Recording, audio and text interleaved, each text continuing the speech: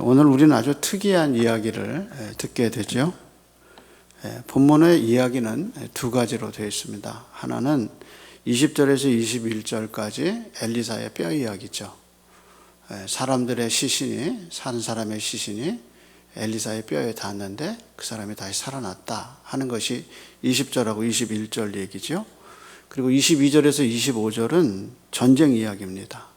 그런데 특이하게 이 아람의 전쟁 이야기는 아버지 여호아스 이야기와 그의 아들 요아스의 이야기가 겹쳐서 나옵니다. 그래서 아람이란 나라를 사이에 두고 아버지 여호아스가 성을 잃어버리죠. 그때가 이제 아람의 왕 하사엘 때 잊어버려요. 근데 그의 아들 요아스가 그의 하사엘의 아들 하다나섹에서 이 성을 또 뺏었다 하는 얘기가 본문에 기록되어 있죠. 이 두 개의 이야기가 전혀 다르게 보이죠. 그래서 서로 다른 이야기 같이 보이지만 사실은 잘 살펴보면 이 이야기는 몇 가지 공통점을 갖고 있어요. 무슨 공통점을 갖고 있느냐? 첫째는 약함에 대한 거예요. 엘리사의 뼈 이야기 속에 나오는 이스라엘의 약함은 뭐냐? 모압 도적대가 쳐들어온 거죠. 그리고 두 번째 이야기 속에 이스라엘의 약함은 뭐냐? 아람의 학대가 시작된 거예요. 그러니까 앞에 나오는 이야기는 일반 백성들이 고통을 겪죠. 그 다음에 아람의 이 학대는 이스라엘 전체가 겪는 고통이에요. 그래서 뭐냐? 나라를 지킬 수 없다는 거예요. 그래서 나라를 지킬 수 없기 때문에 이렇게 백성들이 어려운 일을 당하고 있다, 그거죠. 우리 역사를 한번 봅시다. 우리 역사에서 북쪽의 만주족들이 항상 북방을 공격해 왔어요. 남쪽에서는 어떻게 했냐? 항상 일본 해적들이 들어왔어요. 그래서 북방이 안 되니까, 나라가 약하니까 해적대들이 많이 들어오고 도적대들이 많이 들어왔어요. 그래서 그런 어려운 일을 당한 지방에서 왕에게 상소를 올려서 왕의 궁유를 구하는 상소문들이 많이 올라왔습니다. 왜 그런가? 북방이 약한 거예요. 그래서 아람의 군대도 힘들지만 모압의 도적대도 이스라엘을 힘들게 했어요. 그렇다면 왜 이렇게 약하게 됐냐? 그거예요. 저자가 여러 가지 이유를 우리가 추론할 수 있지만 저자가 말하고 싶은 건 뭐냐? 그것은 엘리사가 죽었다는 거예요. 그 엘리사가 죽을 때 요아스가 뭐라고 울면서 얘기해요? 이스라엘의 병거와 마병이여 하고 울죠. 그 말은 뭐냐면 왕이 보기에 이 나라가 이렇게 지킬 수 있었던 게 뭐냐? 그 엘리사가 있었다는 거예요. 그래서 엘리사가 죽으면서 가장 서글프게 울면서 이스라엘의 병거여 마병이여 하고 울잖아요. 이 장면은요, 사무엘로 우리를 이끌게 만들어요. 사무엘이 죽었을 때, 사무엘이 살았을 때, 그 두 가지 살았을 때와 죽었을 때의 차이를 사무엘서 저자가 뭐라고 얘기하느냐? 이렇게 얘기하잖아요. 사무엘이 살아있는 동안에 하나님의 손이 블레셋을 막았더라. 그렇게 얘기하잖아요. 그러니까 이 엘리사와 그 다음에 여기 나오는 엘리사와 사무엘의 이야기 속에서 담고 있는 것은 이 두 사람이 개인적으로 경건하기 때문에 혹은 이 사람들이 굉장히 훌륭하기 때문에 라는 이 사람에게 초점을 두지 않는 거예요. 성경은 어떤 한 사람이 뛰어나고 어떤 한 사람이 경건하기 때문에 하나님이 나라를 벗을폈다 그렇게 생각할 수도 있지만 이 엘리사의 이야기와 사무엘의 이야기가 갖고 있는 포인트는 뭐냐? 하나님이 나라를 지켜야 지켜진다는 거예요. 그래서 사무엘의 이야기 속에서 왕을 구할 때 하나님 뭐라고 얘기하셔요? 왕을 줘라. 사무엘에게 말씀하시면서 저 사람들이 내가 왕 되는 것을 반대한다 라고 얘기하시잖아요. 그러니까 다른 나라처럼 군대가 있어야 되고 다른 나라처럼 왕이 있어서 전쟁하면 왕이 나가서 싸워서 우리를 보호하고 구원해야 합니다. 이것이 이스라엘 백성의 이야기였죠. 그러니까 하나님이 저들이 나의 왕됨을 거절했다라고 말씀하시죠. 신정국가의 의미가 뭐냐? 하나님이 왕 세우기 전에 하나님이 왕 돼서 그 나라를 보호하셨단 말이에요. 그것처럼 엘리사의 이야기와 사무엘의 이야기가 갖고 있는 포인트는 뭐냐? 사람이 나라를 지키는 게 아니라는 거예요. 하나님이 이 나라를 지킨다는 맥락을 갖고 있는 거죠. 그런 면에서 엘리사의 죽음은 이스라엘의 큰 약함을 갖고 왔어요. 그래서 저자가 도적대가 20절에 도적대가 쳐들어와서 이스라엘을 괴롭혔다는 이야기하고 엘리사의 죽음 이야기를 앞뒤로 연결하고 살아나는 이야기도 앞뒤로 연결하죠. 그러면서 우리에게 주는 메시지는 그거예요. 나라는 누가 다스리냐. 정말 대선이 끝나고 대선 후에 나라, 또 지금까지 우리 국가가 이렇게 건전하게, 또 지금까지 그 많은 어려움에서 여기까지 온 이유가 뭐냐? 하나님의 보호하심이란 말이에요. 그걸 잃어버리면 안 돼요.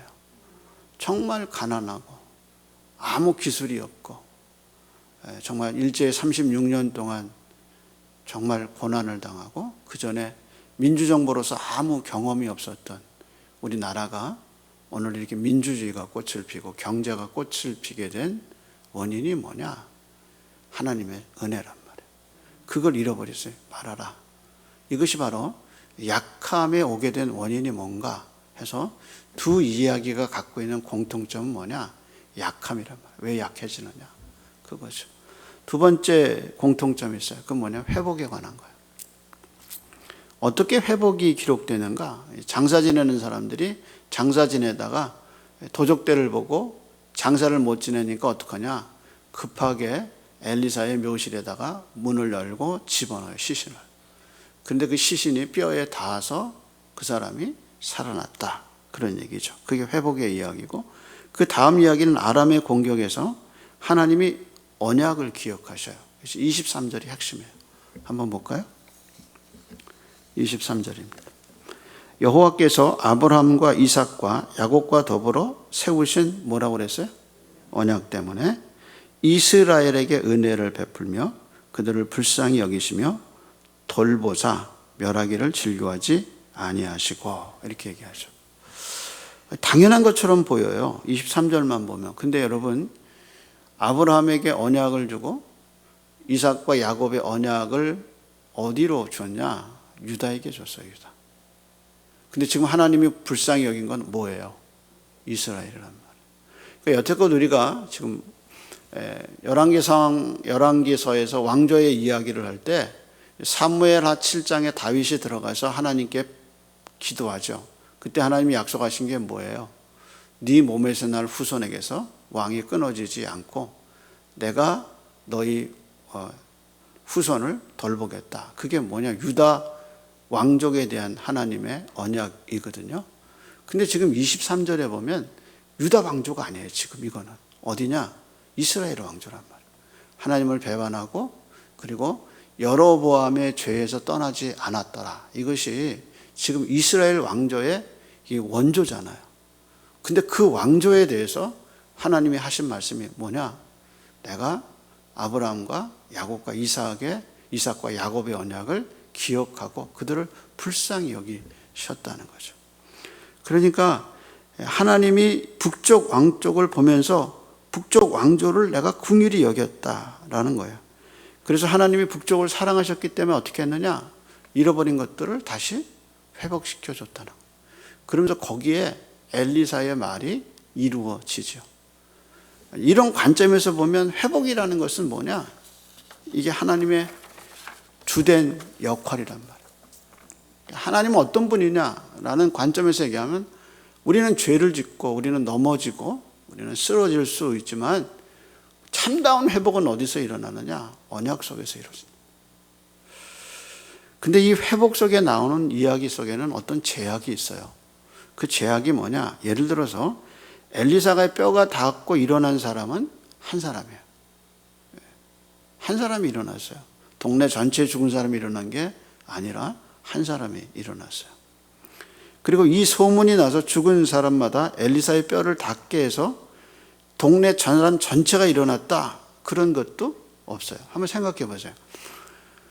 내 아이가 죽었어요. 내 남편이 죽었어요. 근데 그 동네에서 어떤 사람이 살아났다는 소문이 났어요. 그러면 전국적으로 사람들이 어디로, 시신 들고 어디로 오겠어요? 엘리사의 뼈에 오겠죠. 엘리사의 무덤에 오겠죠. 근데 성경은 그런 이야기를 하지 않아요. 이게 이 소문이 나면 인간들이 그렇게 생각할 게 아니었어요. 엘리사의 뼈에 닿으면 다 산다. 그럼 엄청나게 사람들 몰릴 거예요.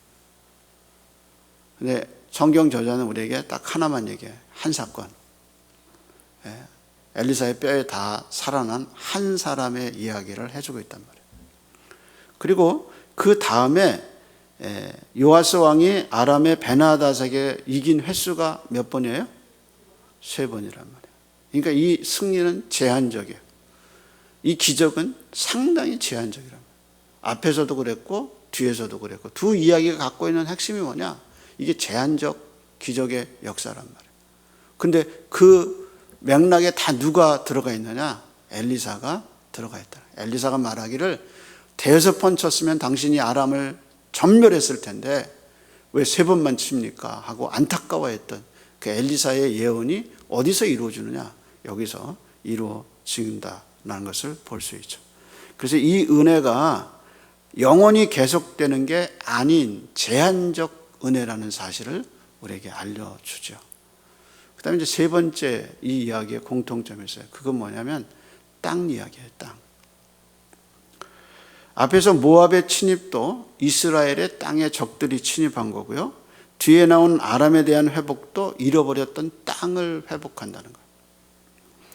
그래서 모압의 침입을 그 땅에서 왔다 그랬고요. 요아스의 회복을 이스라엘의 성읍을 회복했다. 이렇게 강조하죠. 그러니까 이게 뭐냐? 잃어버렸던 걸 다시 찾았다는 거죠. 아버지가 잃어버렸던, 요아스가 잃어버렸던 성읍을 다시 아들 요아스가 찾아왔다. 그러니까 빼앗겼다 찾았다, 빼앗겼다 찾았다 이렇게 되는 거예요. 열왕기서의 신학은 뭐냐? 이건 신명기를 근거로 하죠. 그래서 신명기의 하나님의 언약이 나라 안에서 어떻게 이루어졌느냐를 실질적으로 보여준 게 뭐냐? 그게 열왕기서의 신학이란 말이에요. 그래서 열왕기서를 연구하는 학자들이 항상 얘기하는 게 뭐냐? 신명기 신학이 열왕기서의 왕조에 나타났다. 그렇게 하죠. 그럼 신명기 신학은 뭐냐? 하나님 주신 땅을 이스라엘이 회복하고 잃어버리는 것은 뭐냐? 율법에 대한 순종이다. 그래서 그들이 말씀에 순종했을 때는 땅을 차지했지만 그들이 말씀을 어기고 하나님을 버렸을 때는 어떻게 했냐? 제일 먼저 잃어버린 게 뭐냐? 땅이란 말이에요. 땅. 근데 그 땅을 잃어버렸고 침범당하고 회복하고 이 이야기의 두 가지 이야기 속에 이 공통점이 있다는 거죠. 자, 이게 이제 공통점이에요.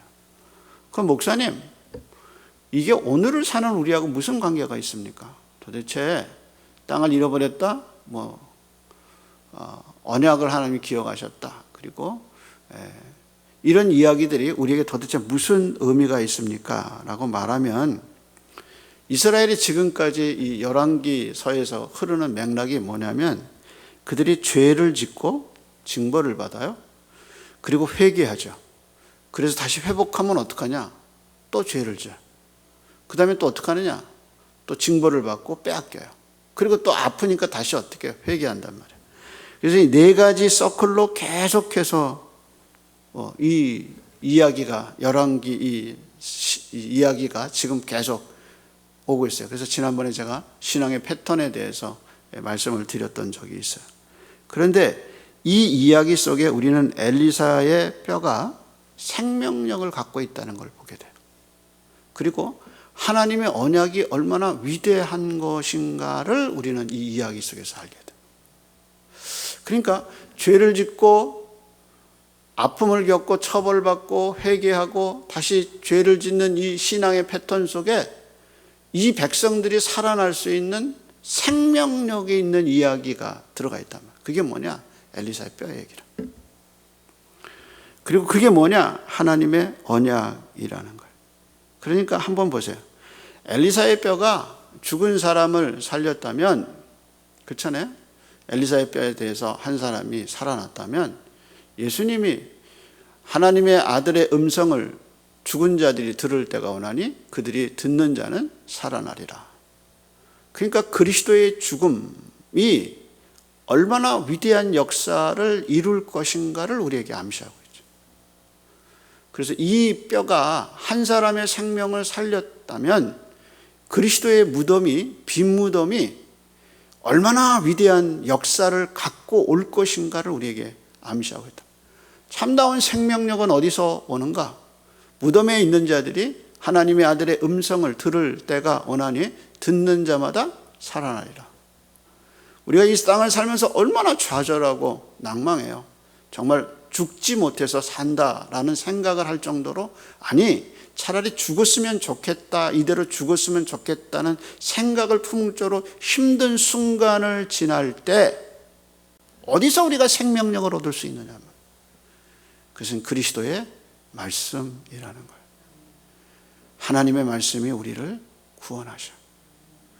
그래서 이 뼈가, 아무런 의지가 없는 이 뼈가, 장사 지낼 이 죽어온 뼈가 엘리사의 뼈에 닿아서 살았다면, 이런 약속을 해주신 그리스도의 놀라운 보배로운 보혈은 우리에게 얼마나 큰 생명력을 주느냐.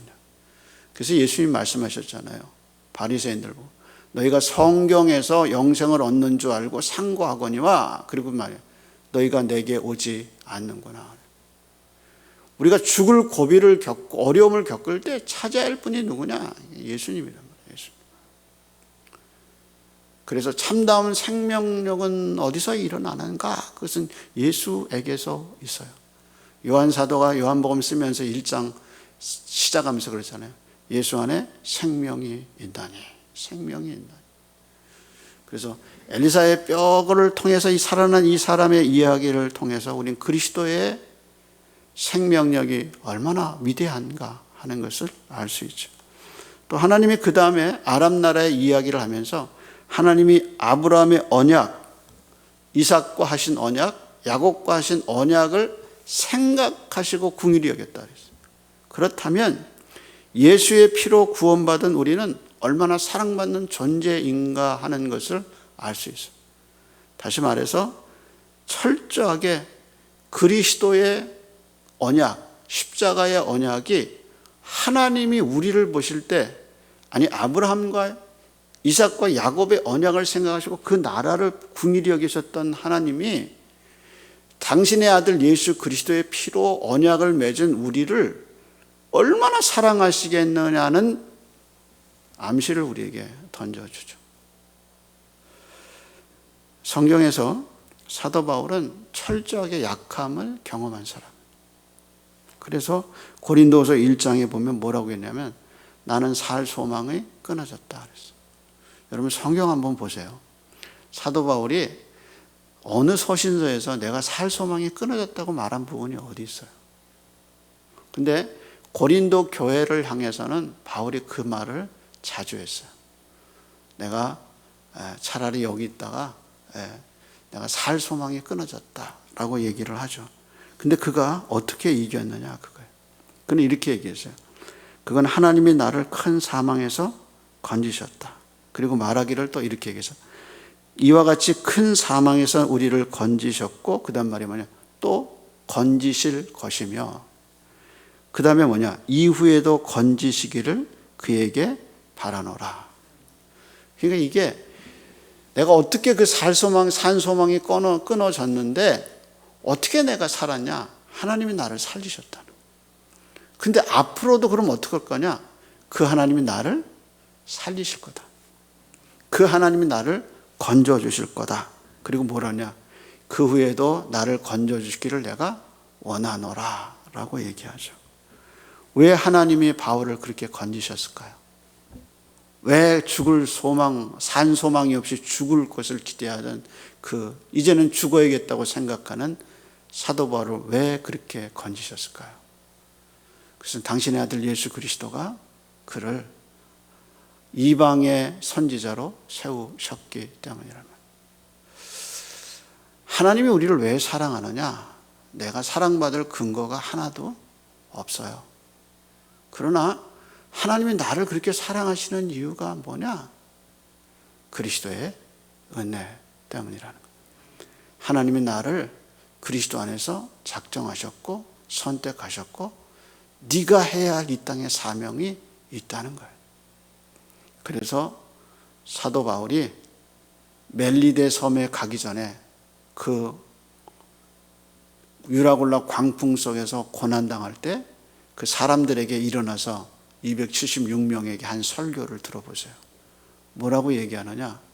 나는 하나님이 노마에 가서 복음 전하게 나는 여기서 죽을 사람이 아니라는 맥락을 갖고 설교를 해. 그래서 뭐라고 얘기하느냐?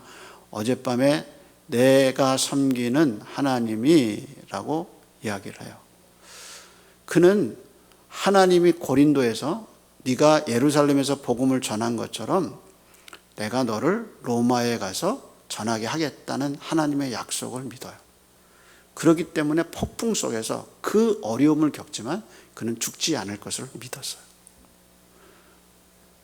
예수님이 수많은 고난을 겪으셨지만 주님이 십자가에 죽을 걸 아셨기 때문에 그 중간에 돌 던지고 당신이 지금도 바리새인들이 돈 던지려 하는데 또 나가십니까? 예수님 전혀 두려워하지 않으셨어요. 왜 그랬냐? 자기가 죽을 자리가 따로 있기 때문에. 소명은 뭐냐? 그것이 끝날 때까지 하나님 우리를 지켜주신다는 거예요. 그렇기 때문에 하나님이 우리를 왜 지키시느냐?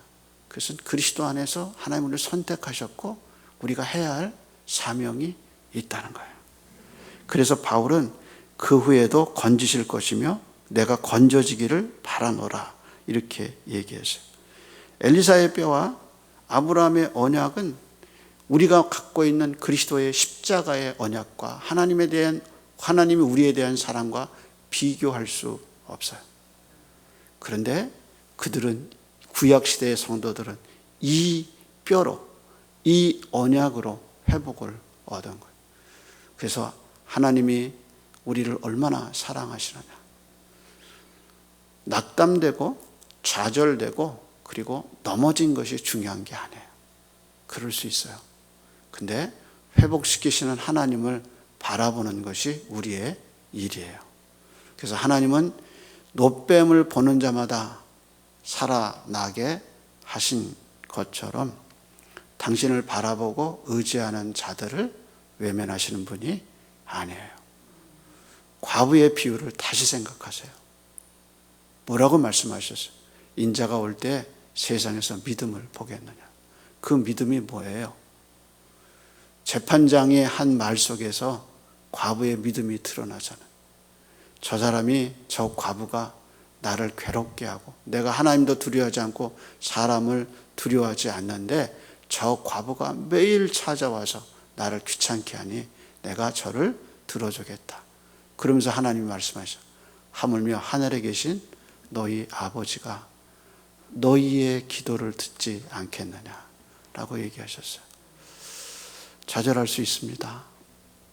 넘어질 수 있습니다. 죽은 자가 돼서 던져질 수 있습니다. 근데 그것을 살리시는 분은 하나님이십니다. 그 언약을 의지하고 오늘도 걸어가는 저와 여러분 되기를 소원합니다. 기도하겠습니다.